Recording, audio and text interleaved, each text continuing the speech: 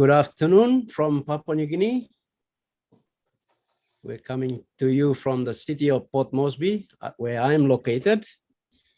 And we bring greetings to you all over the world. If you're joining us from wherever you are, good afternoon, good evening, good morning. Welcome, welcome, welcome. This is our Papua New Guinea on Passive webinar. This afternoon, I would like to just introduce the topic for discussion. Before I start that, my name is David Bakau. I'm one of the Leadership Council members of On Passive, representing Papua New Guinea here in the country.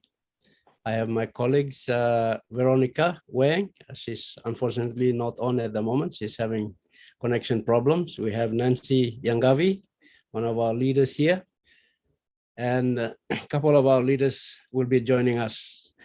However, if you are here with me, I just want to welcome all of you.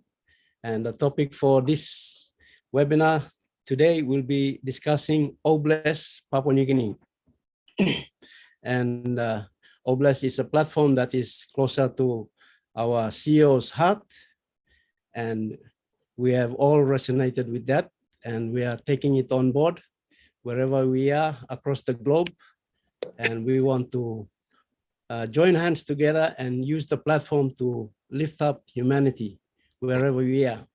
So this afternoon's subject will be discussing OBLES and what is surrounding the platform, what is done on the platform, so that all of us here, especially in Papua New Guinea, can understand what is the platform for, so that we can be able to be prepared and look forward to our contributions on the platform to support our communities and lift up humanity overall.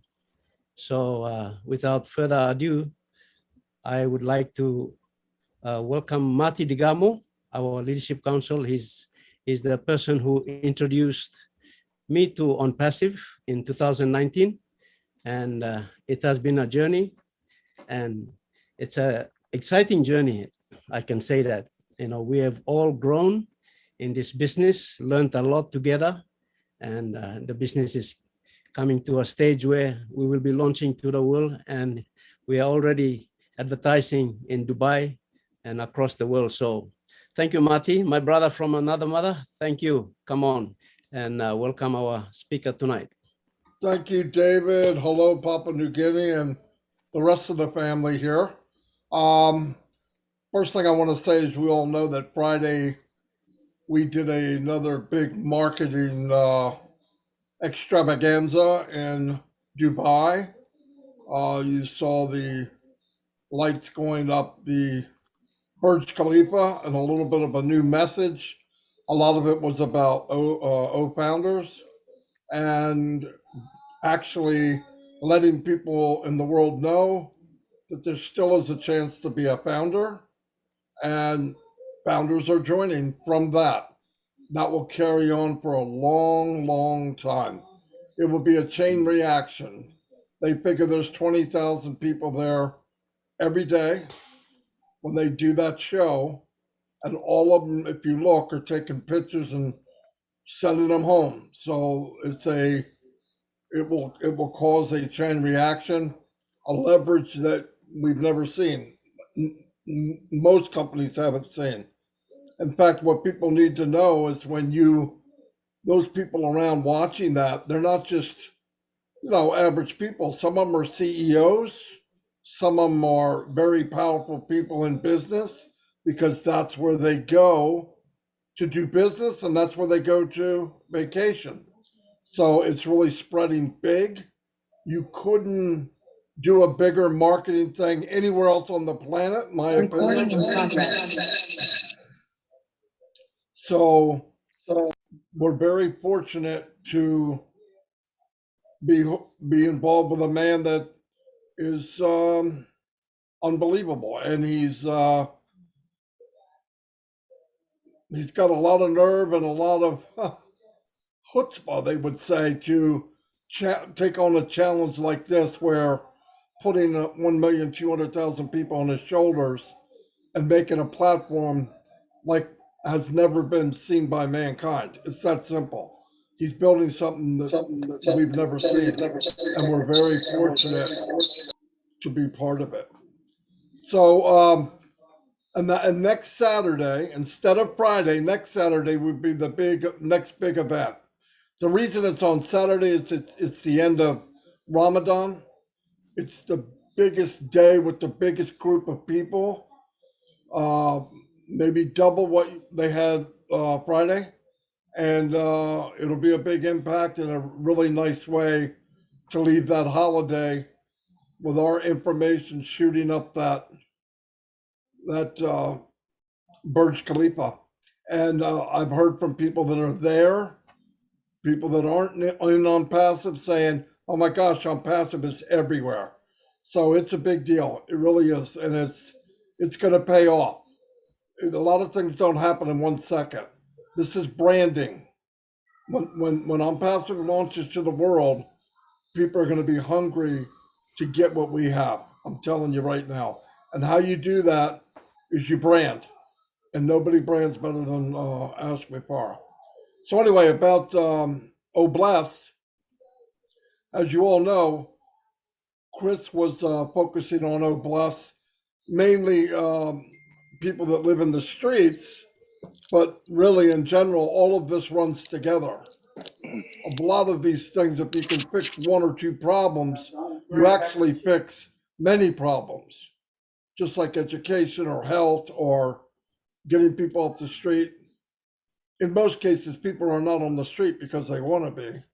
So it's a big task. And Chris has been inviting people to the show. And a lot of people come in and have many, many ideas, many, many products that can help my family in Papua New Guinea and help people all over the world. But I was worried that we got to be careful that I want to make sure Ash knows what's going on. He's been traveling. We don't know what he has or what he has invented that can go along with anything that we might add. I think the leverage of the company and Mr. Mupara can get a much better deal on things. If best way that I could say it, I was really happy that Nancy came in knowing what her country needs, and she put a perspective on it and spoken better than I ever could have. In fact, I was going to try to make some kind of speech, and thank God Nancy did it because it was so much clearer. And coming from somebody that sees these problems daily, it was a big deal to say, okay, yeah, we need that stuff right now. But I think if we do it right, it will be better in the long run. I don't just want to do something small. We want to do something big and then bigger and bigger and bigger and have the foundation of Unpassive and the full foundation of Oblast, not just a couple of guys selling something. And I was worried about that. That's all. And a lot of us were, including Chris. We wanted to be careful. We're not saying it was a bad thing or a good thing, but we've come this far with Mr. Mufar, and I think we should finish the rest of the journey with him and make sure we do the right thing. Because I think we know that the cornerstone of Unpassive is Oblast. We know that. And he could have done this all by himself.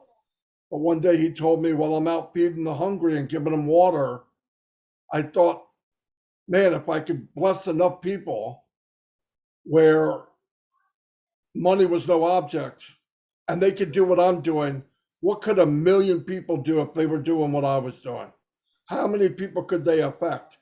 So it made sense, and I understand exactly what he's saying. Anyway, I'm going to turn it over to Chris because he ran a very good show. He's had a couple in a row, and I really want. I know the hours are strange and your connection is horrible, but anytime Papua New Guinea can be in these webinars, try to make it because you have a big impact, and it matters to me what's being said from Papua New Guinea. I'll tell you that right now. So anyway, here's Chris. Thank you, Marty. David Bakau, my beautiful sister Nancy, and the rest of the Papua New Guineans that are on here. I do want to say this. The other day, Jocelyn from PNG sent me a really cool video. I believe her husband drilled and they got some spring water, and she was sharing videos, and that was a blessing as far as me seeing, wow, how great is that? And you're right. Bless is a platform. And a lot of people, we want everyone involved in Bless, especially for PNG. Most of you know, my emotions ran high when I started watching PNG. And I promised with my blood that I'm going to be there with a lot of other founders to help build up PNG. We know PNG needs roads. We know they need more medical facilities. And that's my promise to David and everyone that lives there, that I'm going to do whatever it takes to get that done, along with engineer Mike jumped in on that, and a lot of you jumped in on that. So how do we bless Papua New Guinea? All right. 2 things on my plate. Of course, it's homeless, but Papua New Guinea is still up number 1. What can we do in Papua New Guinea for bless? Number 1, we've got, 1 million, almost 300,000 founders. All right. So this is what I like to tell everyone. With that many people, and we say this all the time, if everyone threw $1, if David Bakau sends me a map that needs a road built from there, from A to Z, I'm going to tell you what, we're going to do it through bless. When I've seen people in Papua New Guinea over the last 7 months pass away because they didn't have a road or a hospital close to them, you better believe we're going to build hospitals. This is what bless is about. Bless is about everything, but everyone knows, and I think everyone feels the same thing about PNG. Where they came from, a lot of people didn't even know what PNG was. I didn't, but I was blown away when I heard the stories. And everyone knows I love David Bakau.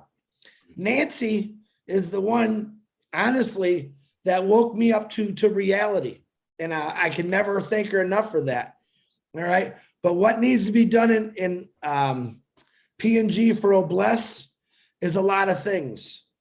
All right. When I hear people that have passed away because they can't get to a facility, that really breaks my heart. When I hear that they have to rely on rainwater, all right, to get the drinking water, and they're surrounded by an ocean and they struggle, but I never see them stop or give up.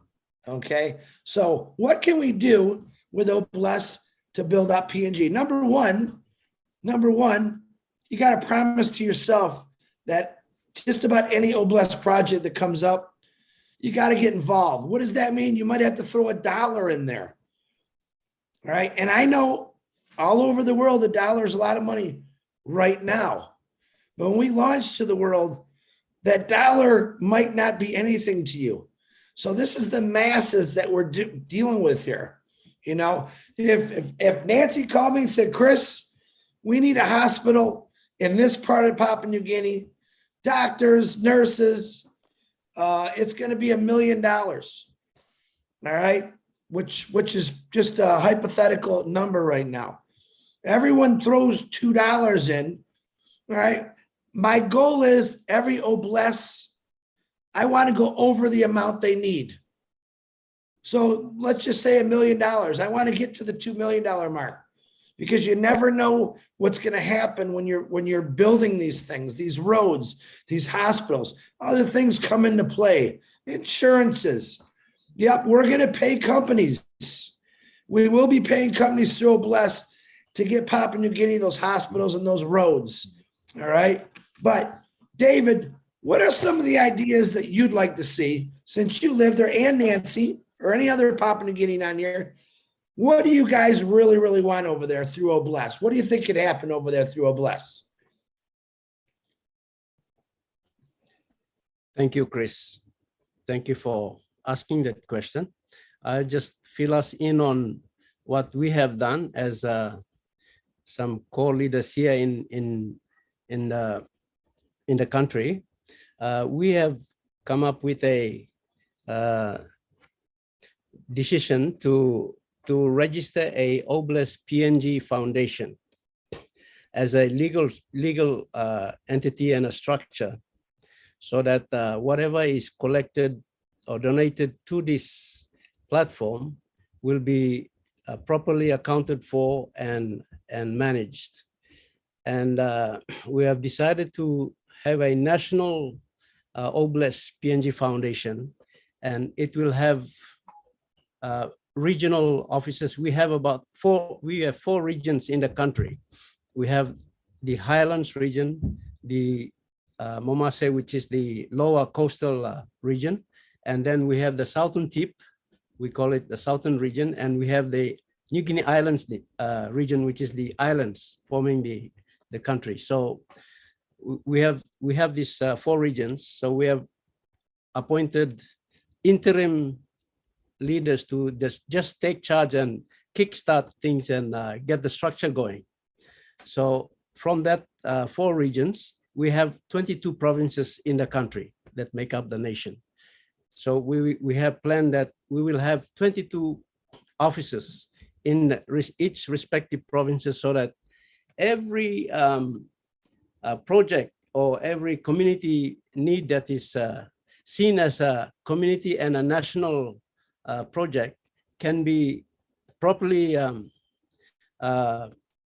documented and submitted through the provinces, and then it comes to the region and come up to the main national body, where we will be able to screen and then disseminate or distribute the funds that is collected. That is not stopping the individual founder to go ahead and do their own, fundraising if they have a special need and they need to do that. What we are doing here is basically a national movement. It's not, we're not talking about the individual needs. We're talking about the national movement where the country is in need of, various communities in the country in need of major things like hospitals, school, drinking water, bringing power, electrification into the communities. So we are focusing on the major things. The little things that belongs to the individual founder, they can do that. But for the major things, we'd like to structure a legal entity properly, so that whatever is collected or donated through the platform, we are accountable to these things and being responsible, so that there is management in place who can audit the funds and pay the contractors who are going to do the work for us. So in that manner, we will be able to create employment for our children coming out from the schools. So at this stage, this is the broad idea that we have thrown around within our leadership here. We are now sharing it in the public, so other founders will be able to hear this. But this is the main idea. We are working on the legal entity. Veronica Wang she's the lawyer, so she's basically in charge of getting together a constitution put in place and guidelines of the foundation, so that we can be able to manage these things.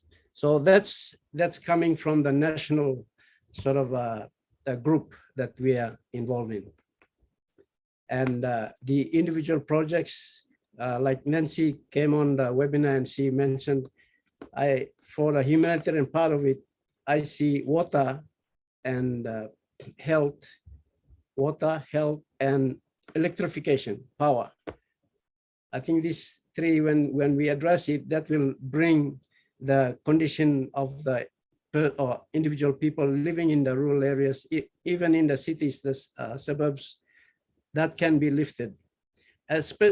In Papua New Guinea, most of the people are coming into the towns because they are not getting the services in the villages. That's why they're drawing into the towns, and they're living on the fringes of the town and creating settlements. And that's where most of the problems are. But looking at this whole thing, I'm grateful and I'm thankful to God and Ash for this, for creating this platform, so that once we start to bring the services into the villages, it will bring those people back into the villages. If we create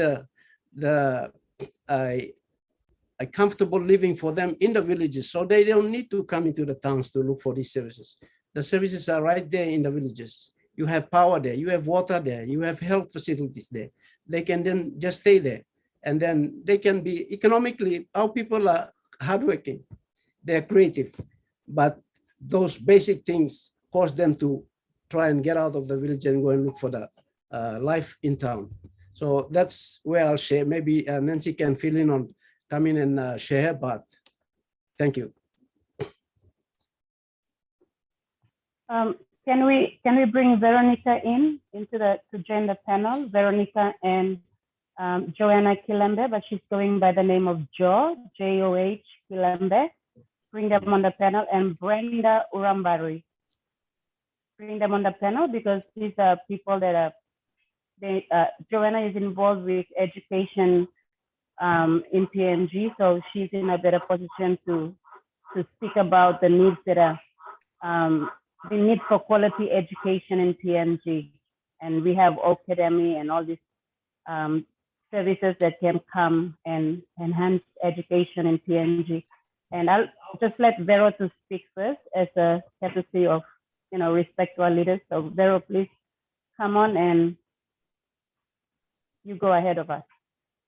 And then later we can also have Brenda. She was doing with in Papua New Guinea, we have this system that in different districts and provinces we create, it's called Cooperative Society.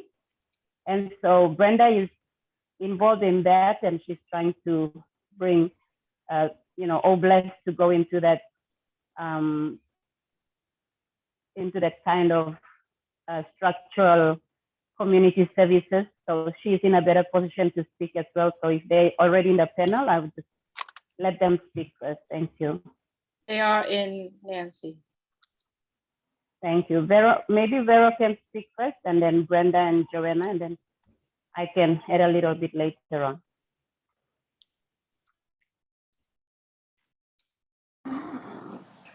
Hi, hello everyone. I just got in to hear David. I don't know what the previous discussion was, but we've got a blackout, so I waited for the power to come on and I've just plugged in. That's how I'm in the meeting. Yes, we had a discussion, and David has outlined the general structure that we want to have in place. The foundation is basically to look at the projects that would, from a national perspective, and as David said, it's generally to capture most of the projects. Individual proposals will be done and placed on the PNG Oblast platform. And the idea is that any funding that comes in, the funds and contributions that go in for each particular project will then be assigned and released to the project. But the Oblast, the PNG Oblast Foundation will provide a supervising, will supervise the project and provide in terms of project follow-ups and accountability for the funds that are being utilized for the project. That'll be done by the Oblast entity or the structure,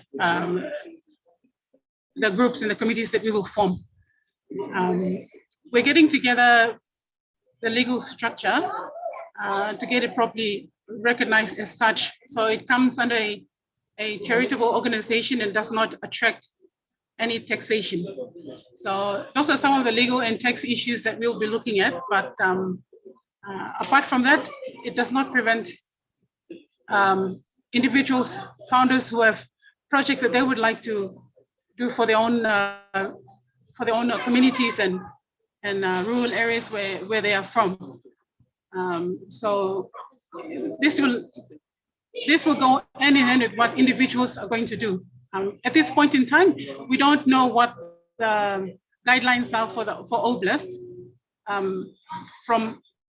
We're waiting for the guidelines to come in, and then based on that, then we will see how we can go about using the guidelines from the Oblast platform itself to then break it down and apply it to our our local needs and requirements. So that's the overall picture. We also have cooperatives that are operating in PNG. How we bring that into the OBLES platform and how we connect them so that it works, it also feeds into the cooperative societies, will be something that we will also look into going forward. So there are a number of ways I think we can do this, and the future looks bright. It's also very challenging, but this is where I think we will see many people, many founders rise to the occasion, and they will rise up like what Marty Digamo says, the cream will rise to the top. Huh? So we will see many founders who will find their calling in OBLES, and they will be instrumental in delivering basic needs and services to our people. So I'm really excited. I'm really excited for what OBLES holds for PNG. Thank you.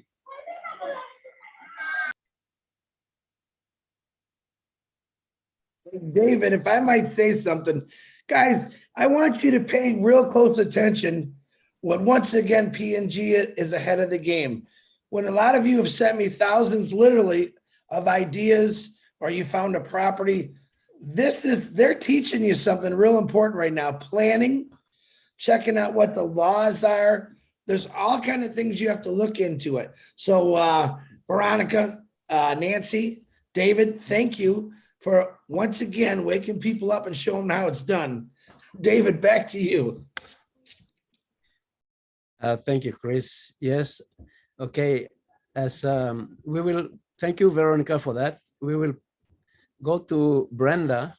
Brenda, she works in the New Guinea Islands. She was attached to a World Bank project, and recently her contract with that project has finished, and she's now working on, waiting on on passive to launch so that she can get stuck into her dream and goals that she's planned for. But she's one of our leaders in the New Guinea Islands, and we have brought her on to oversee projects in the region, and being involved with the community projects. She has some experience there. She can share her bit, and being on the ground herself and getting involved. Thank you, Brenda. If you're there, you can come on and speak.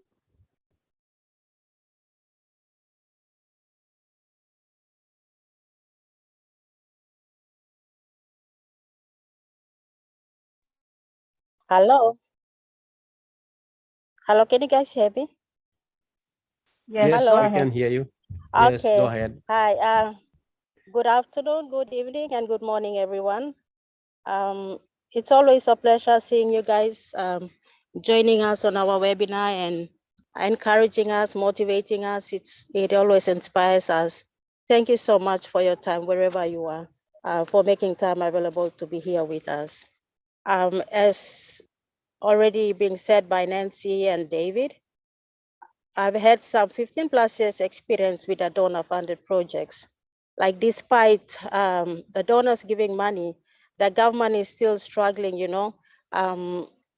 to get the services down to the beneficiaries or the people back in the very remotest part of Papua New Guinea is always a challenge in the country itself, given the geographical location and stuff like that. So being involved and going out to the field and trying to get to the very household that we are targeting, it's very, very challenging with the road conditions and everything else involved.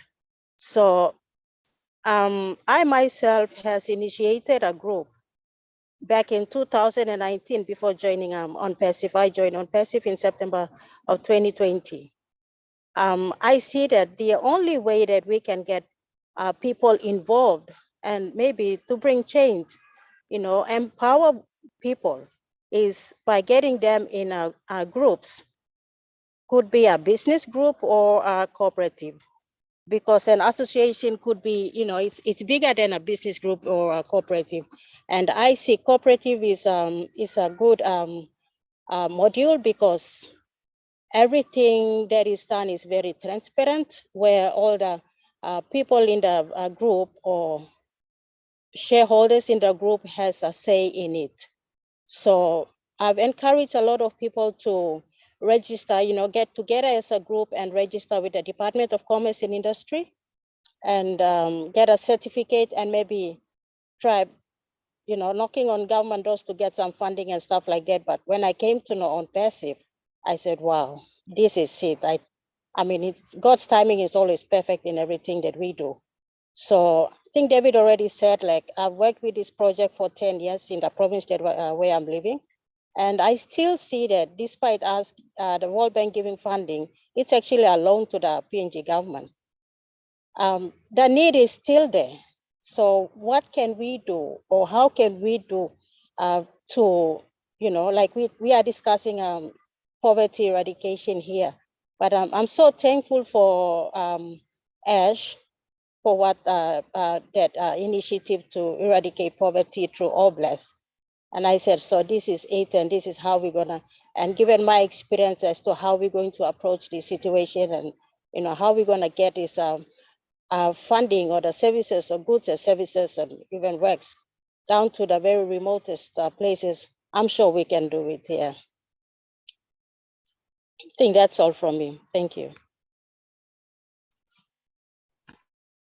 Thank you, Brenda. May I talk to question? Yes. Please. Okay, go ahead. Okay, online, please. Go ahead. Sorry, I'm going to Nancy. say something in Pidgin to our people first. Okay, online, please. Time you talk too long. You make him clear, you yet lost one example something, but you make him. When you can project, you may look at some community, you may.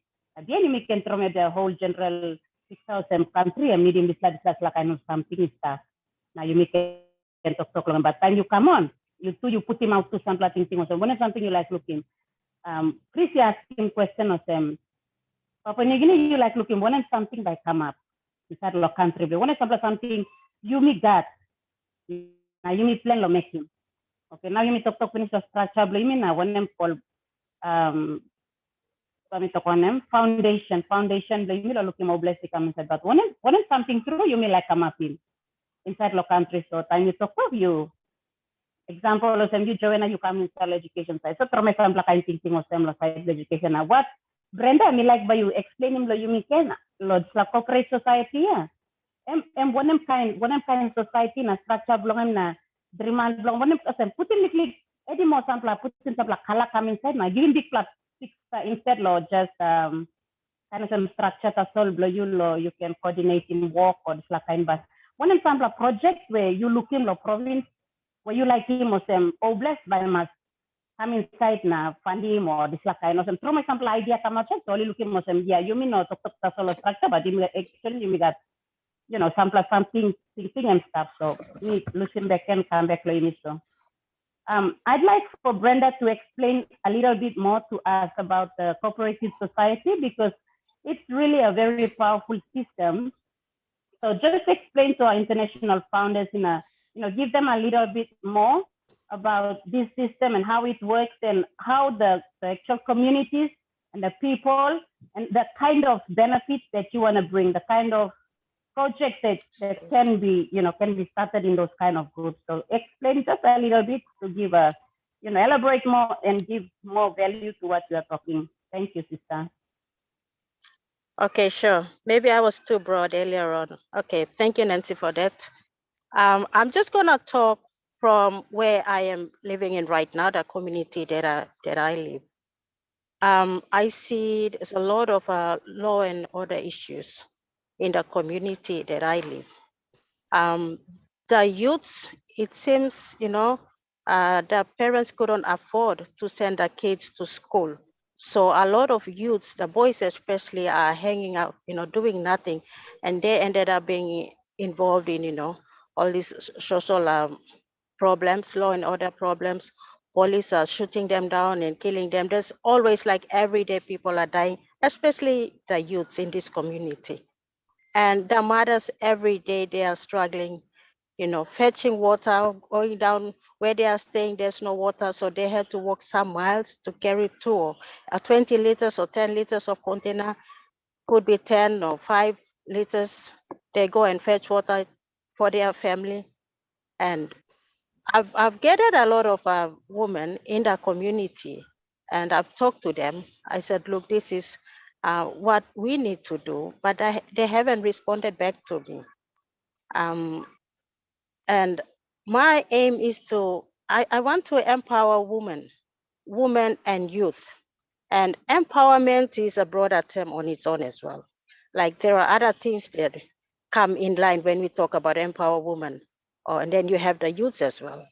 So what I feel is like we get them in a group, we go to the department, we register, we get we have to comply with the business laws of Papua New Guinea. So that's what I meant by registering through civil society, and then we can come together and brainstorm.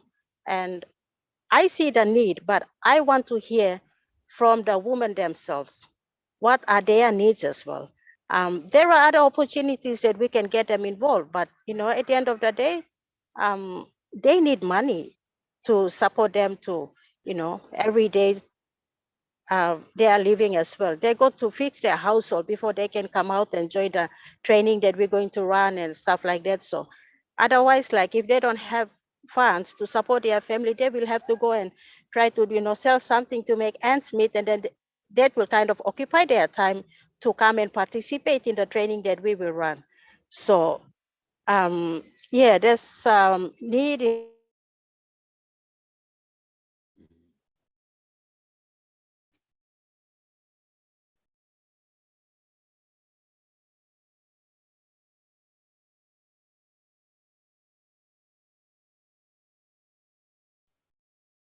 I think she's having network problem there.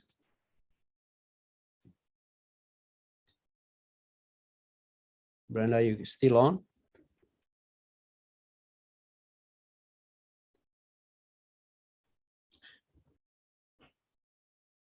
Okay, she's already knocked off. Okay, I see Joe Rambari coming on. Joe is the elder brother of Brenda.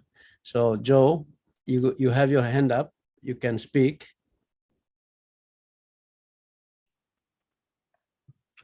Hello. Yes. Good morning, good you. evening. Okay, all of you can hear me now. Good morning, good evening, good night, Chris Johnson and the other International Leadership Council members. I have my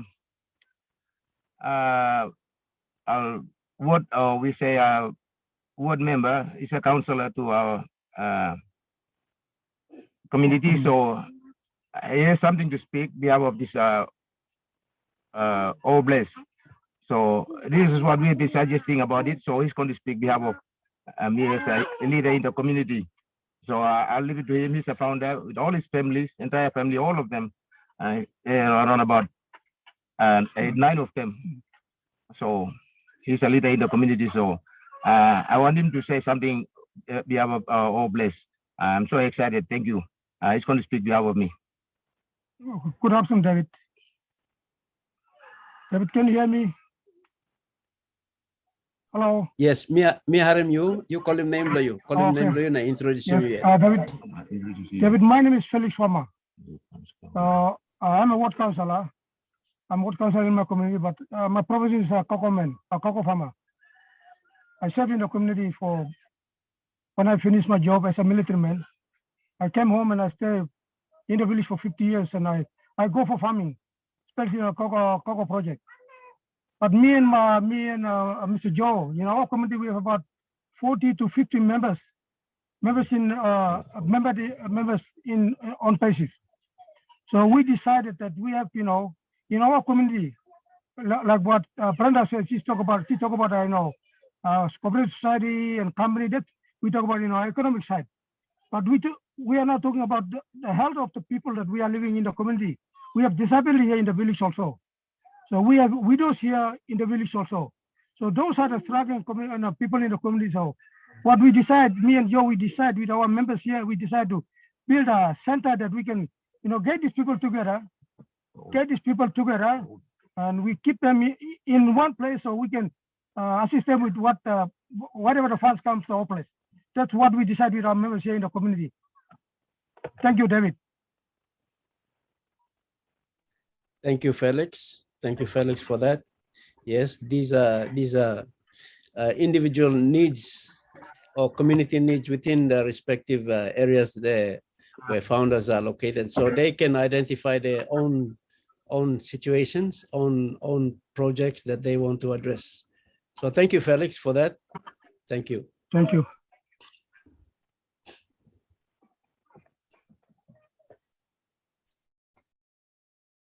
So if we have Joanna Kilembe there, she can come on.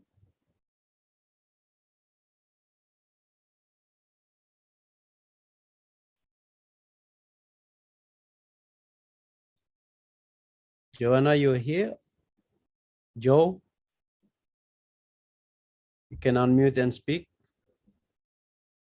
Give us your perspective on the education side in terms of schooling, classrooms.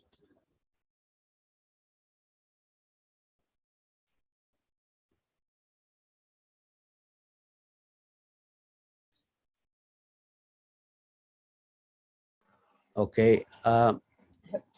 Hello? Yes, Joanna, go ahead. Unmute. You can speak. All right. Thank you, everyone. Thank you for giving me the opportunity to speak.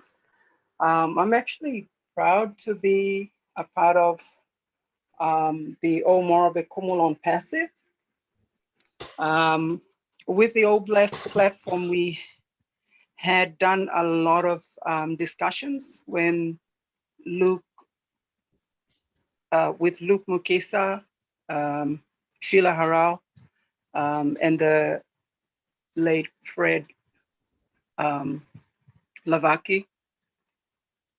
And we have seen, or what we did was we projected needs in our community in Morobe, and we saw that there were a lot of needs, like Marty had spoken about, and David, of course, would know. There are a lot of needs in our community, but when we came together and registered Omorobe Kumulon Passive, we talked about the need for health, especially in Morobe. Morobe looks after the National Cancer Unit, which is not functioning well. We have big equipment there that are not even operable.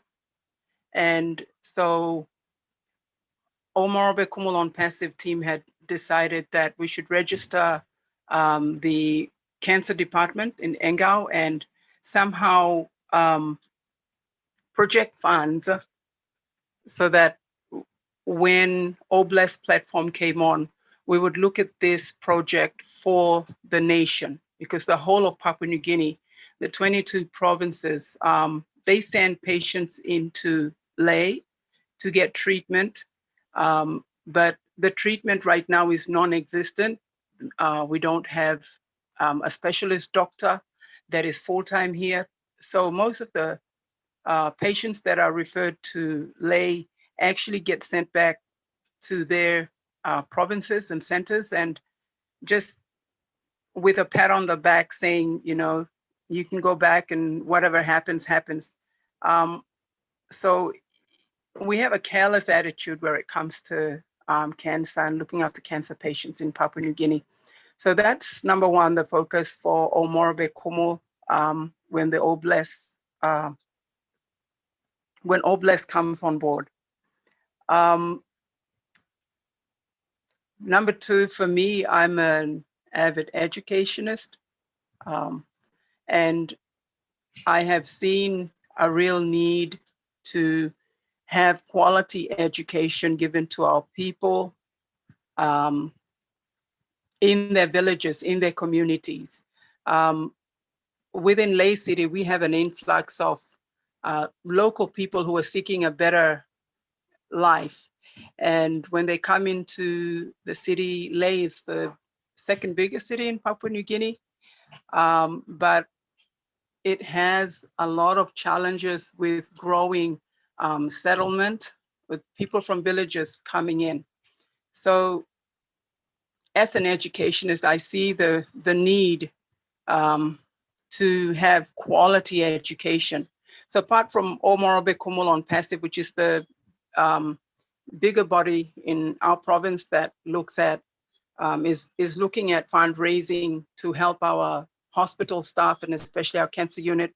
For me personally, is educating our young people, not only K to 12. I have experience with as principal of schools to look after children and give them good quality education from K to 12, but also upskilling youths and women in our community. A lot of them are illiterate and even illiterate in skills. And so when I caught the vision of OBLESS, my personal aim is to have schools that go out to the bulk of our people in Papua New Guinea, go out to the community and to the villages, have bush schools that give our people quality. Some of our children walk 1.5 to 2 hours to the nearest school. That should not be the case. And so when talking about education, I have had experience of building schools in a couple of remote areas, teaching them English, and just helping the children, giving them a chance by giving them really good foundation, solid foundation at the elementary level. So what will I do with a platform like OBLESS? I would use OBLESS as a vehicle to take education to the remotest area and establish not just short-term, but long-term community centers that teach children during the day, have centers of learning and creativity that teach children possibly from 8 to 12, and then have skill training for youth in the afternoon, and even teach our women folk basic literacy programs. For me, I have started a couple of bush schools within the community. There's one out at Nadzak, which is close to the soon to be open international airport here in Leh. Now, these are people who have migrated and they've settled, and they're putting their children into schools. Some of them have put children into schools, but a lot of them cannot really afford to put their children into schools and good schools.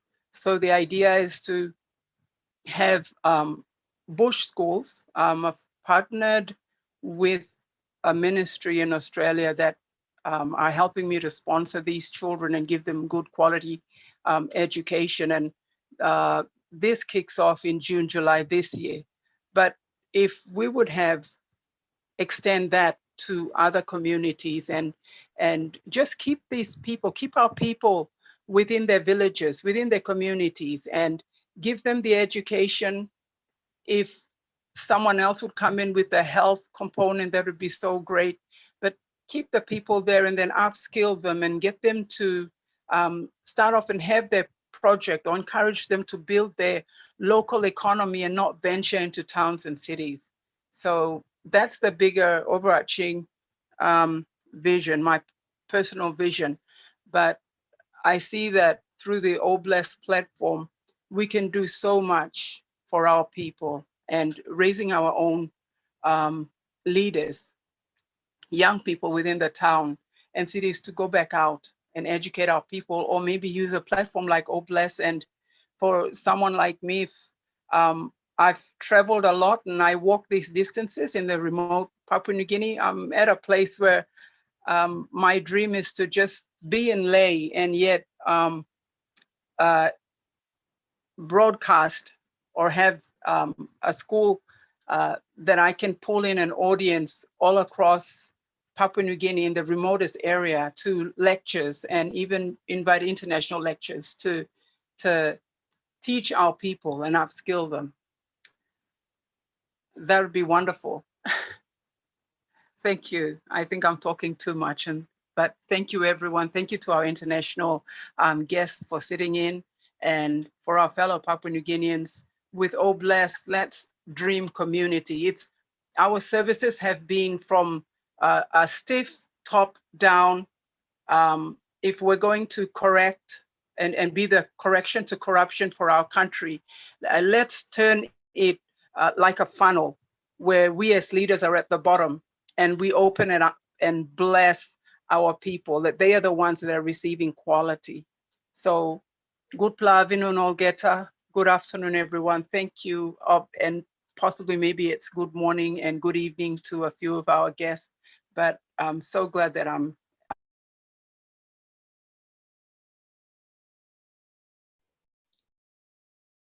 Thank you, Joanna. Thank you for sharing that. Thank you very much. Okay, we have Nancy. You want to go on? No, guys, give him chance. Lo, Stephen, me look him. Stephen is up. Stephen Dua, no, would you like Stephen? say something? Yes. Stephen. Stephen Dua, you there?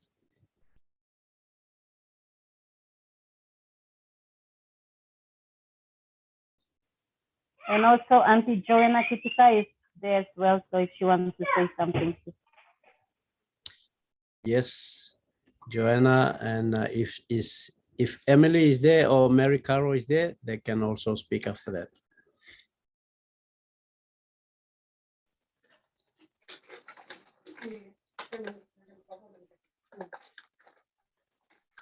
Stephen, you stop.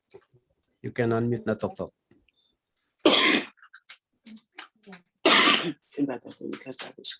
Okay, Joanna, Kitika, you come on, and then Stephen can come on after Joanna.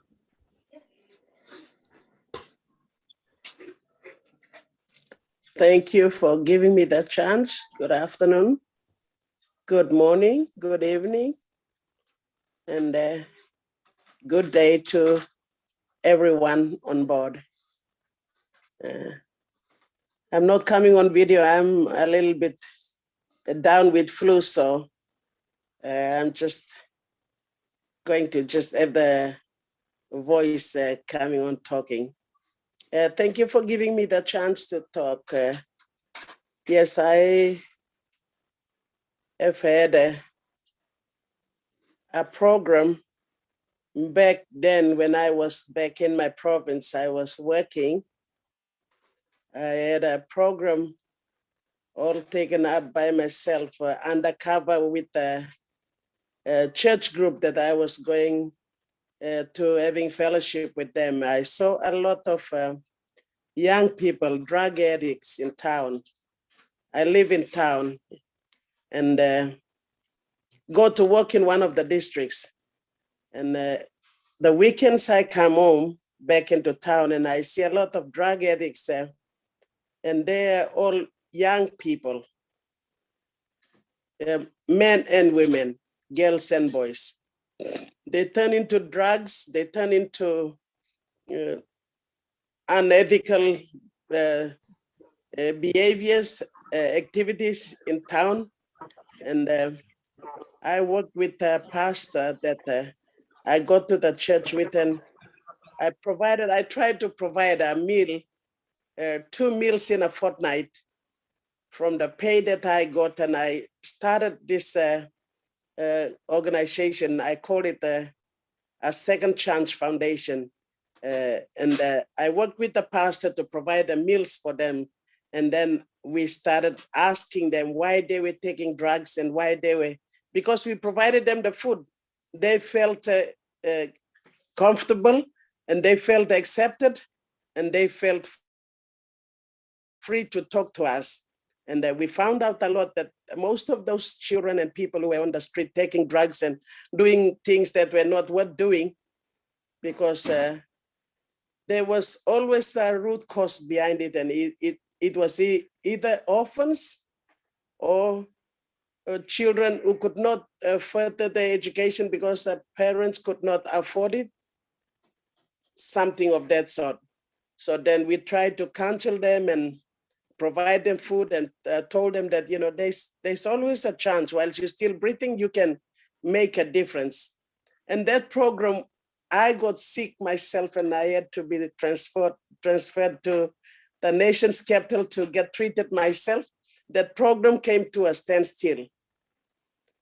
And whilst I was here in Mosby, I thank God that David Bakau one time called me and said, "Sister, I need to introduce you to something and you need to come and I'll talk to you." So I ended up meeting him in one of the cafes, coffee shop, and then he introduced me on passive. I didn't understand anything about on passive, but that time, I just, when he explained, he tried to explain to me, I couldn't catch up with what he was trying to tell me. I just signed in, registered blindly without even understanding what it was all about. But as I traveled through the journey of on passive, I'm so grateful that I'm a founder and I'm thankful to God. For a man like Asma Farah, appointed by God at a time like this to uplift humanity. And I'm so blessed to be a founder. And with that, I registered myself to be a founder. And then I registered this organization that I called Second Chance Foundation back home. When I was here, I registered with the IRCE, hoping to get and I registered with the On Passive as a Obless Second Chance Foundation. And that's a founder position. And my vision for that one was to eliminate the drug addicts in town and give them a better chance to find out what they would like to have in their lives.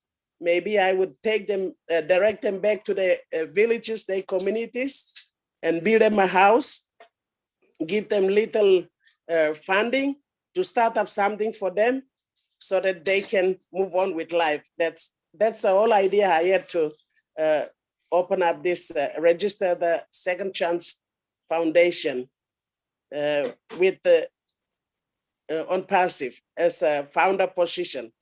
And I'm thankful for that. And I thank our leaders here, David and Veronica and Nancy, who have come up with this idea of having a Obless PNG organization. And I'm so happy with this because I think we will get things done even better in a group and monitoring every fund that will come in. We will manage it properly to get the projects done, and our people will see changes. To do it better in a group is better than to do it individually. So I'm thankful that our leaders came up with this idea to have this passive Obless platform for PNG to monitor and scrutinize funding that will come in. And we will get things done, I think, in a better way. And we will see more improvements in our communities and villages. And I'm so thankful for being a founder myself. Thank you for Mati Digamo. He has given us the link to PNG. We love him. He's our godfather. If it was not for Mati Digamo, I don't think we Papua New Guineans would have a chance to become founder with this great movement and company On Passive, bringing, lifting up humanity in this world. We would have missed out, but thank God. There's no mistake in God. There's always a right timing for right things to happen at the right time and right place. So we thank God for the timing that Mati tapped into PNG to give us the link, and we thank God for that. And that is what I've been having in mind. And I have registered Obless Second Chance Foundation with our government. I have registered it as a charity organization to see the Oblast funds come through to deal with what is happening in town, in the place where I come from. And I'm blessed. Thank you for giving me that chance to talk. That's what I've been looking forward to. And it is a prayer come true, I should say, because me at my own individual level, I couldn't have reached out to so many as I wish to, but now with the Oblast platform, I believe I can reach out to more communities and more people and see people live a better life, give them a second chance to live and improve their livelihood. Thank you. That's all I have to say. You. Thank you, Joanna. Thank you for that wonderful story, Dave. Thank you. Okay, we have Stephen Dua. Thank you, David. Okay. First of all,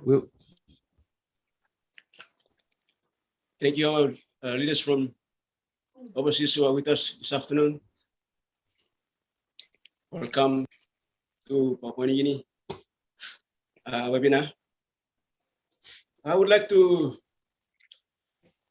say something about our education system in the country. Just want to concur with Joan Kilembe on what she said a while ago. Yes, in Papua New Guinea,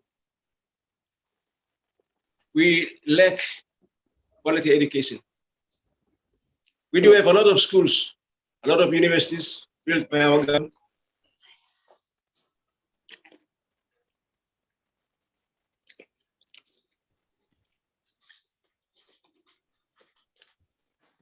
Oh, Stephen, you are cut off. Stephen, we can't hear you.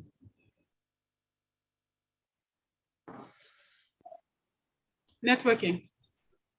He's frozen.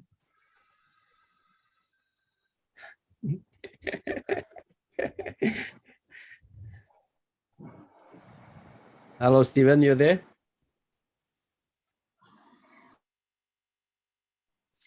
Okay, he's gone. He'll probably join us shortly. So I have Petrus Akil, you have your hand up. Go ahead and speak. Thank you, David. Can you hear me? Yes, yes. Okay. Good afternoon, David. Good afternoon, our ENC leaders. Good afternoon to all our friends internationally. We thank you again for taking your time to join us in Papua New Guinea to especially say the Oblast. I am personally excited because I registered this company in 2012 to bring water and power back into remote PNG. I had this heart to do this, and I looked around the world to find a company where I can connect to bring what I wanted to do. I eventually found a company in Australia who could provide electricity that would work on sun and the wind. And that system is perfectly suited for our country, where our weather is, we have wet and dry season. And I was so excited that I found this company, and because this is a basic need and basic service that our government should see and provide to 90% of our population who's living in the remote areas. And I brought this, after registering my company, I brought this idea to the members. I knocked on several of the members that I thought who would just be interested to, just walk in and give me the support in funding the services that I wanted to do for the people in the remote areas. And I was just like neglected, they didn't want to even see what I was trying to do. So I was looking around until in 2020, I was fortunate to come, and thank you for my sister Vera, that I got into on passive. And one of the products of passive is so blessed. And I am ready. I have also been able to find a person who's qualified in water technology, who can test water, who can certify that the water is, edible, that we can drink. And together we are ready to go. I have 6 accounts, and I am ready to go. When on passive comes on, and when the apples come in, I am ready to go. I am so blessed. Thank you, S, for making my dream come true. Thank you, Maddie, for bringing it to.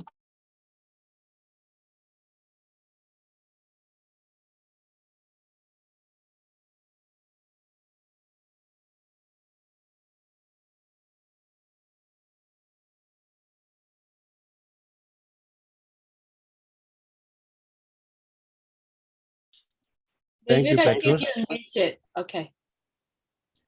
Thank you, Petros. Okay. All right. Stephen, you're back? Stephen, are you back? All right. We are running with time, so okay. Keep your comments within the time frame of at least 2 minutes, and then we can get as many people to talk. Stephen, yes, go ahead. Okay, sorry. I went off. I think that there was that network problem here. Yes, I resonate with John Killer on the quality of education that we have in our country. Like I come from a Tibet perspective. I'll be talking from a Tibet perspective. We have so many Tibet schools in the country, but our problem is some of our teachers they lack good skills in implementing implementing or departing skills and knowledge to our students.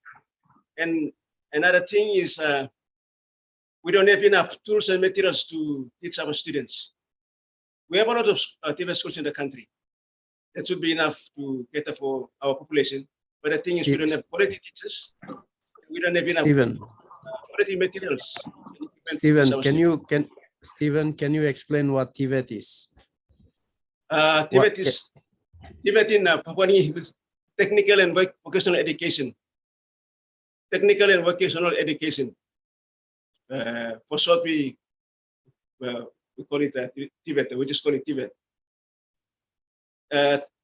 Technical vocational education is a form of education that caters for dropouts from a normal system of education. Like when they drop out from grade 10 or grade 12, we take them on board. And we teach them skills. Those skills they can go to the industry and look for a job, or they can help themselves with creating smaller jobs within their communities. Yes. Like I said, we have many schools, but we don't have enough tools and equipment to complete our training. Like we used to, in our schools, we teach them theory, and at the same time, we teach them practical. In practical skills, we need to teach them how to use tools and equipments that go with those skills training. A lot of schools, we are lacking that. So I believe when Oblast comes on board, some of our funds we can use to buy tools and equipment for those private schools in the country. The other thing connected with education, education is unemployment. Most of our graduates nowadays they cannot find job because the kind of skills that they have doesn't match the industry. Maybe it is the lack of training that we give them in our technical schools. Yeah. So if Oblast can help us, we can use our funding to get more equipments and tools for our technical schools in the country. I'm talking on the technical and vocational education in the country. Thank you.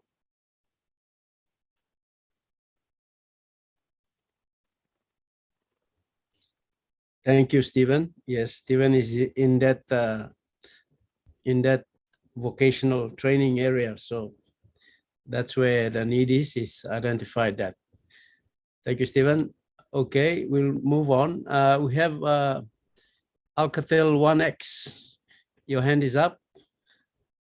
I think it's Mr. Ima. Ima?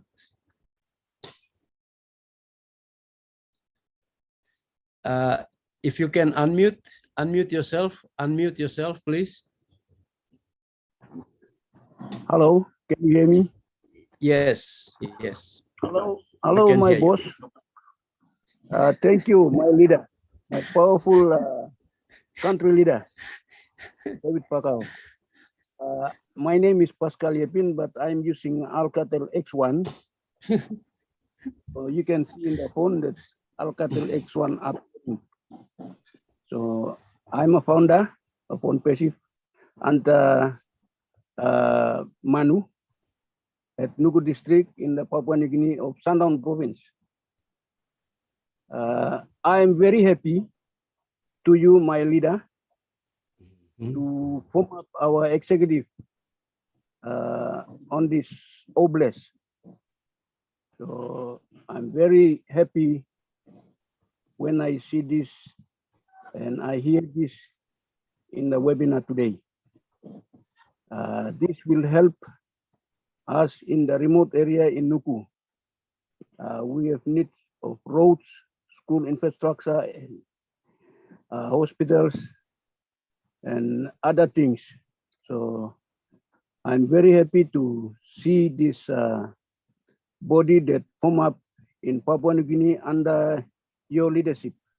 Thank you, my country leader, David Bakau, and all the others like Veronica and Nancy, and others like Manu, my leader in Nuku.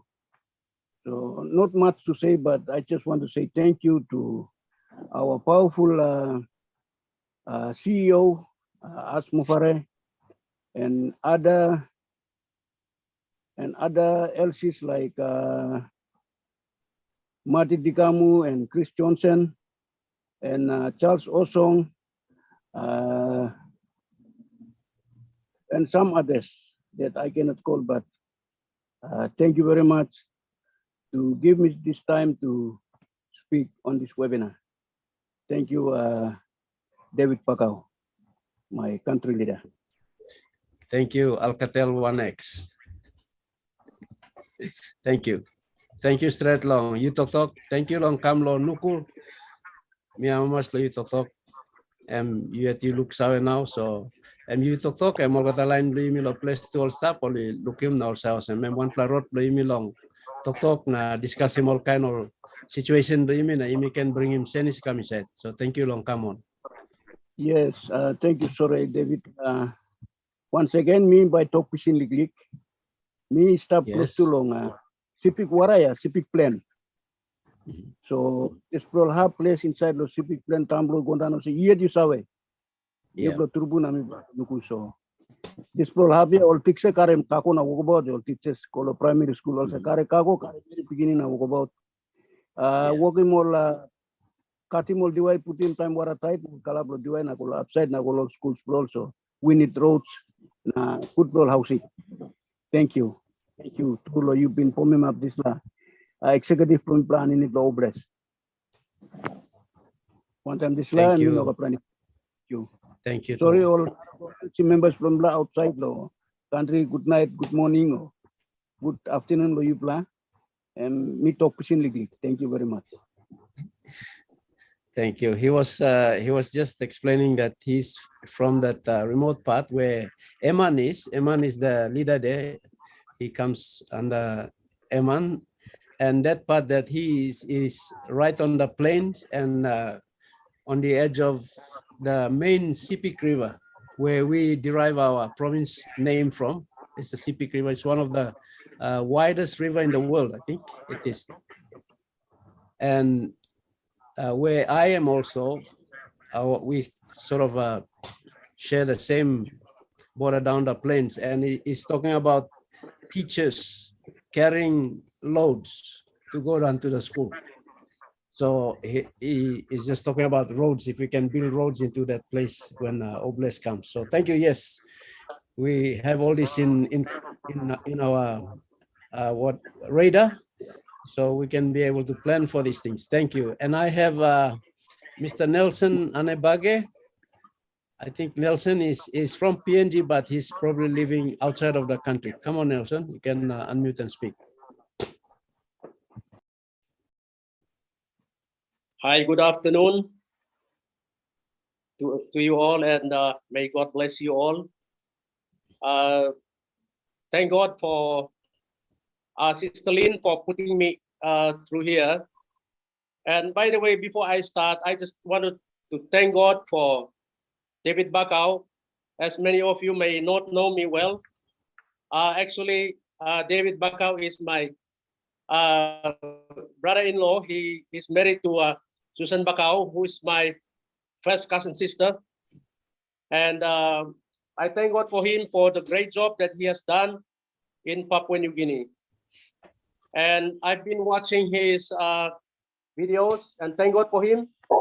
Papua New Guinea will be blessed through Brother David, through our blessed brother, Mr. As Mufare. And I just wanted to say, Papua New Guinea, this is the right place to be. And Papua New Guinea, this is the only place that you can be blessed. All right, let me switch to our language in Papua New Guinea. Those are international friends of the family of On Pasif. God bless in Papua New Guinea. Na trupla rod Lukim, this pla one pla trupla man David Bakau, so him now lo place. Yumi olgata man usai yumi stap lo 1.5 long province play yumi 1-1. Yumi sawi also yumi way back long development. Now yes, yumi rich country ingat plenty or resources ki staff. Tasol all money blow yumi lo government come inside. Emingo lo kan road na yumi no sawi plan development come finish. Tasol mila to also God Papa lo heaven salim this blessing through long Mr. As Mufare. He come through na this blessing can come through long Mr. David Bakau. Na yumi husat man lo place yumi look lo this man look mem also one block pillar block country. Husat by steering you looking life. Even also online you play you mean come inside also member yet. Please me advise me close to by this road bypass also molecule foundation and bypass. Now you mean say when can talk by tomorrow Monday or Tuesday by Mr. As Mufare by talk sound you me all get. Now me talk you play Mr. Housing me operated last week Thursday. Now only cutting umbilical cord from me tasol God ikut me na Mr. Life. Now me like looking this is a blessing. This is something only call him bless. You me all get mas sana po antem na support him one thing na talk pizza Mr. David Bakau and Redim lo yumi lo Putin or resources lo yumi lo oblast. Now look him country lo yumi, he must move ahead. Yes, even though yumi looking all politician the yumi stop. Well, I'm all right. Papa got him maki lo stop for this area. Lo bring him some development. But praise God to our living creator, God above, who has blessed us through this man, Mr. As Mufare. Right now, David Bakau and Makim Yumi, Makim Emlo Plus, Lo Yumi Okata Masare Mouse. No one think of Emi Giaman something, or Emi Kat Kakokal, or the music calling people, Kakokal Long Bounturum, Lo Yanguru before. This is like Kakokal Yanguru. Okay, before some Yumi talk, Matisel one bring him Kakoigam. Now, no got thinking. This is all bless here. I'm studying Kamlo God, Papa Alta, Kamlo Yumi. Now, this Ploman David Bakau, you can look him. I'm going to make him man. Bring him this plan life. You come inside Yumi through the brother As Mufare. Look him walking, go ahead. Schools, hospitals, road, power, housing, water, all this plus something. Yumi stand up one them, contribute one them. Look him all this love blessing all over the hub. Thank you. Lord, give him this legally time long. Put him talk person come inside. The God bless him all brother Susablo Papua New Guinea. Thank you, Lord, Sister Lynn Nakamoto. Thank you for Sister Lynn Nakamoto for allowing me to be here. God bless you all. Thank you, Nelson. Okay, our time is catching up. So we have Bat Mio, and then we have Nancy, and then I'll give the honor to Julie Nguyen to round it up for us. Thank you.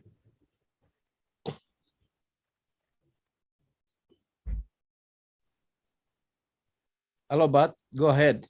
Unmute. Okay. Hello, good afternoon. Can you hear me? Yes, Bat, we can hear you. Okay, thank you. My name is Bartholomew Mio, and I'm from Kimbe, Western Britain province, one of the 22 provinces in Papua New Guinea. Okay, I would like to acknowledge the presence of all our international committee who are taking part in this webinar. 1, 2, our leaders in Papua New Guinea who have been working tirelessly to take on position on board. Thank you once again. Bami Toku Sinikle Pastem. David, thank you. Thank you, Local Leaders Community. Long kama tahun pesimin sa Papua New Guinea, melak salim sa toka mas kam, yumi kam kusu finish lo time lo yumi lo harvest. One of something you can look in lo own observation lo mi lo throughout lo Papua New Guinea, not lo province lo Western Britain, is the lack of infrastructure projects where go come up no place or villages do you Mr. One thing PNG power lo 11 plus here, you work one thing PNG power. Milusin PNG power na now Mr. Mi work lo working more legal work one time line lo ESIP, empowering social infrastructure projects and then it lo OC. Only funding through long projects the same all solars, or sanitation, all this la. Clean water sanitation and this la. But our projects is I got all funding when funding is available, then projects is on. Where we just go na helping lo put more solar or household solar lo one communities. Make sure all widows all line lo place all disabled, all this line you got all houses. They have to have access to those solar kits, lo household. So me play finish more sample or work project finish and become start na me looking more some and one opportunity where so excuse me. When it comes to Oblast, na you make this la foundation where all leaders you go pass you need like building and one plan all this la all one all thinking where you play putting where me like acknowledging me I'm almost thinking me putting most of the Oblast where you may over can walk one time, na stop one time.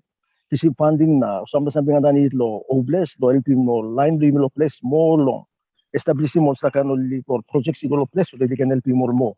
One what me would like Taram lo mention me mo sem lo plenty of projects where come on lo DSIP na PSIP and then it lo government do you mean most of the projects have not been reached by our local people at home where you mo you miss along plenty of geographical area where the projects cannot reach them so most of the funds have been diverted to the logistics and whatever. Liglig long come up on them contract we like go build by plenty of projects incomplete. Kind of an example, classrooms or housing, all this. So when we have obvious in place, I think that's where we can so small funds now working good, have accountability of it. Now all this is something where leaders go past now work one time so that we can work hand to hand. Either to run in misla obvious parallel one time when or projects to government or it's more than place. I think I'm just going to progress. Thank you. Thank you, local and committees. We will take part one day you meet. Now, Lord Stavin. Thank you. Thank you, Bart. Thank you. Okay, Nancy, you can talk now. You explain him lo English lo one something but talk long so at least I'm clear more line by me. Okay, thank you. Bart was just saying, he was just talking about how right now he's working with but are you working with the Australian? PNG Power. Right, yeah. No, he was working with PNG Power first, but now he's working with. Yes, I'm engaged with ESIP, Empowering Social Infrastructure Projects under OSAID. Okay, yeah. Okay, so Bart is currently working with a Australian funded company, and they're bringing solar panels into villages and trying to help people, basically to bring electricity. Prior to that, he was working with PNG Power, the main power supply for the country. But unfortunately, in Papua New Guinea, we are yet to see electricity into every community. This year we are going 47 years old, I think, 47 independent. And we are yet to see our communities live in, light, clean electricity. And when we talk about electricity going into our villages, my thought is on clean electricity, like what we've heard with Johnson the other day. That's what I want to see. I want to see clean electricity, clean water systems into our communities. Okay, a lot of them have been talking about the schools and hospitals and all that. I want to bring to attention that Papua New Guinea is an agriculture-based country or nation. We have lots of natural resources in our country, like mining is a big thing in our country as well. And we have, what I want to see through OBLESS is, like right now, when we harvest our timber, not as Papua New Guineans, but there are companies here on the ground that are harvesting our timbers, and these timbers are going raw to other countries. And they can make it into all sorts of things. They can build it into all sorts of things, houseware, building roads, all sorts, and they're making more and more than what they're living back in the country. So I want to be able to see OBLESS coming in to help us build infrastructure that can process our natural resources in our own country, instead of seeing our gold exported overseas, instead of seeing our gas going overseas, our oil going overseas. Like on a national level, I want to see how best we can help PNG retain back everything that is natural resources in this country and produce it so that all the money stays in the country and build a country. That's the reason why we're having unemployment. We have lots and lots of graduates from universities with degrees and masters, but they cannot find a job because there is no job available for them. They have the qualification, but there is no work for that qualification. So I want to see OBLESS coming in this, I'm talking nationally, PNG-wide, like I want to see us be able to literally build the down processing infrastructure in our country so we can process it here and give back jobs, like even right now, jobs that are reserved for Papua New Guinea, for Papua New Guineans are given to foreigners, given to Asians, basically. It's given to Chinese and Filipinos, Indians, Bangladesh, and they're coming and they're getting all these, little businesses that is meant for Papua New Guineans. There are businesses that meant for foreigners, foreign investment, and there are also businesses that is below a certain amount of Papua New Guinean currency that is reserved for Papua New Guineans. Unfortunately, it's not handing up in the hands of Papua New Guineans. So I want to be able to see Oblast empowering us, founders, giving us the power to build resource centers in our country. To be able to, like right now in Papua New Guinea, there are many foreigners buying off land. I'm talking about owning the land, buying off the land in Papua New Guinea. And when they begin to buy off the land and begin to build up infrastructure, everything that comes into the land comes through their services, whatever, is going back to their country. It's not staying in. The money that is coming in, like right now, transactions that goes on in the supermarkets, in the stores that are owned by foreigners, all these monies are not banked in our local banks. You see, it's not, the money is not here. That's why we have cash, less cash in the banks. And on a fortnight, you see people lining up at the ATM machines, and they can line up for like 3, 4, 5 days before they get their money. It's crazy. It's literally crazy. And we cannot allow this thing to continue on. We got to take back our land. We got to take back our resources. So I see that on Passive with Oblast, we can literally build the infrastructure right here on a national scale. And we've got some prime lands right now. I think I did say something a little bit to Mati on that in the city right now, that if we can look into it and get hold of some of the land through Oblast, through Mr. Bakau, through on Passive, like it's something outside of it we can discuss later, but I see there's land already here that we should not let this go. We should not let it go into the hand of somebody's gonna rip us off, rip this nation off. And we are literally seeing there's a rip off right in the government. We just watched the government had a sitting on a big issue nationwide, and as such how much the money has left the country because they wanted to get a generator or something into the country to power the entire nation. But billions have left, and they're talking about it, and they're all, all kinds of crazy stuff are happening. But I want to see this. I want us on Passive and the Oblast platforms to help us build the infrastructure right there. If we can get a land right now, I believe this foundation that we are talking about, the Oblast Foundation in PNG, with the approval and of course with the recommendation of Mr. Ash, with you, Chris, with Marty and Mr. Ash, and maybe with Mr. Bakau, to sit down, because we are serious. PNG, we are serious. We are sick and tired already of seeing our people, seeing our mothers struggle. Our mothers, they're so innovative. They can make money, but if they can own a small store that an Asian is, owning right now, man, we already empowering our women in this way. And so there's so much things that I want to say. I want to see mining process here, and maybe 80% of the money remaining back here in our country.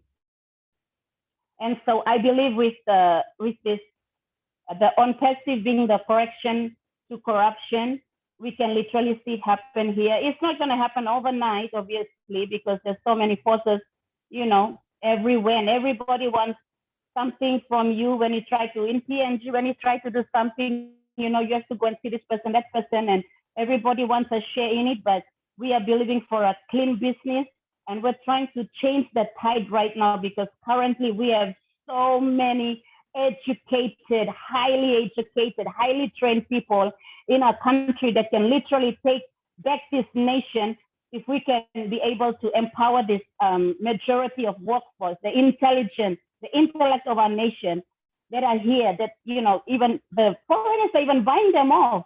They're putting extra monies in their pocket to give them licenses, to give them work permits, and they don't come in the right way. So I literally want to see Oblast bring a clean blessing to the nation by building in the infrastructure. And I want to see Oblast coming in, and I want to see PNG exporting. That is my desire. That is my vision. Oblast coming in, PNG exporting. We're going to export to the nation. We have the best cocoa. We have the best coffee. We now in Bougainville province produces some of the best chocolates. We have in the highlands grapes. So we can produce the best wine and start to export our commodities from this nation out. I want to see the resources going out from this nation, and the money, like I said, when Oblast comes, PNG, we have to export. So that is what I want to throw to all of us. And back to you, Chris, and to Mati, and take it upwards with Mr. Bakau and discuss on the national, the top level, and then get back to us simple people. We're ready to drive the vision down. Thank you. Back to you, Mr. Bakau. Thank you, Nancy. Thank you for that. Yes, I certainly agree with you on that. You've touched on a lot of things, and these are things that we can discuss in-house later. But the outline or the framework is currently being put in place, but I want to just thank all of us who are here, my fellow founders from overseas who are here. This is what we are basically discussing, what's happening in PNG we want to do, and hopefully you can get a glimpse of what our views are and what we want to do with Oblast. And I hope what we have shared has also helped some of you to be able to look at what you can do in your community or your locality. Thank you very much. And I'd like to call on Julie.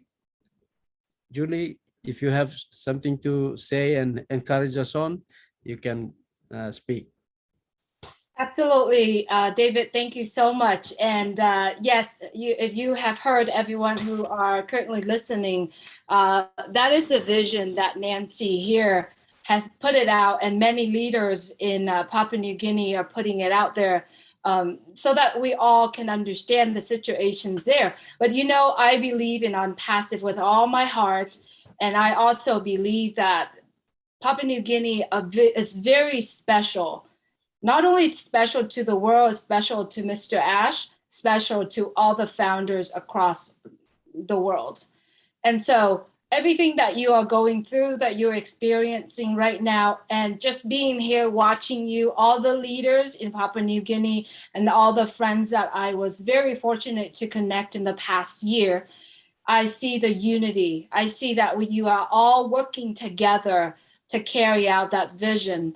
And believe it or not, we can make that happen. Not only, I believe strongly in all of our leaders and all of our friends in Papua New Guinea, not only just in Papua New Guinea, I believe the whole entire world is going to put their hands in to actually make that happen, because I see that Papua New Guinea not only rich in resources, but rich in love and rich in unity as well. And so it does vibrate across the world. And that's why one of the reasons why so many of us want to be in the Papua New Guinea webinar, because that's where we see the inspirations, and that's where we see the love that comes out. How many people in Papua New Guinea in the past year passed away, and their legacy will be carried on, and especially Susan Bakau.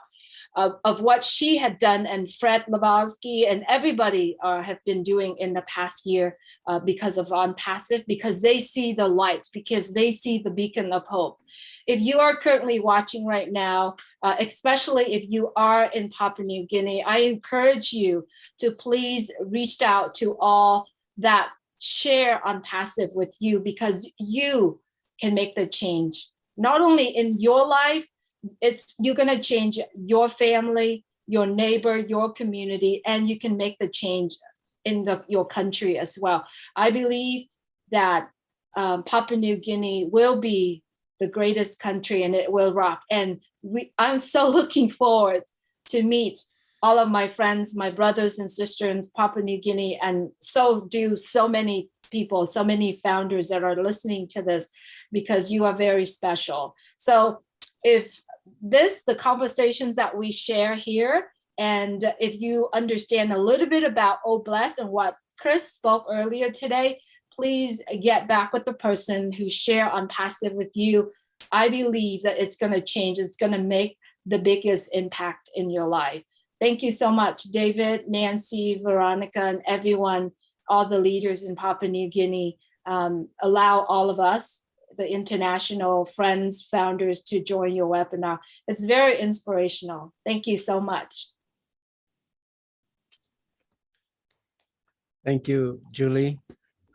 Thank you. And with that, I'd like to, all of us, we can unmute and we can close it off here by saying bye-bye.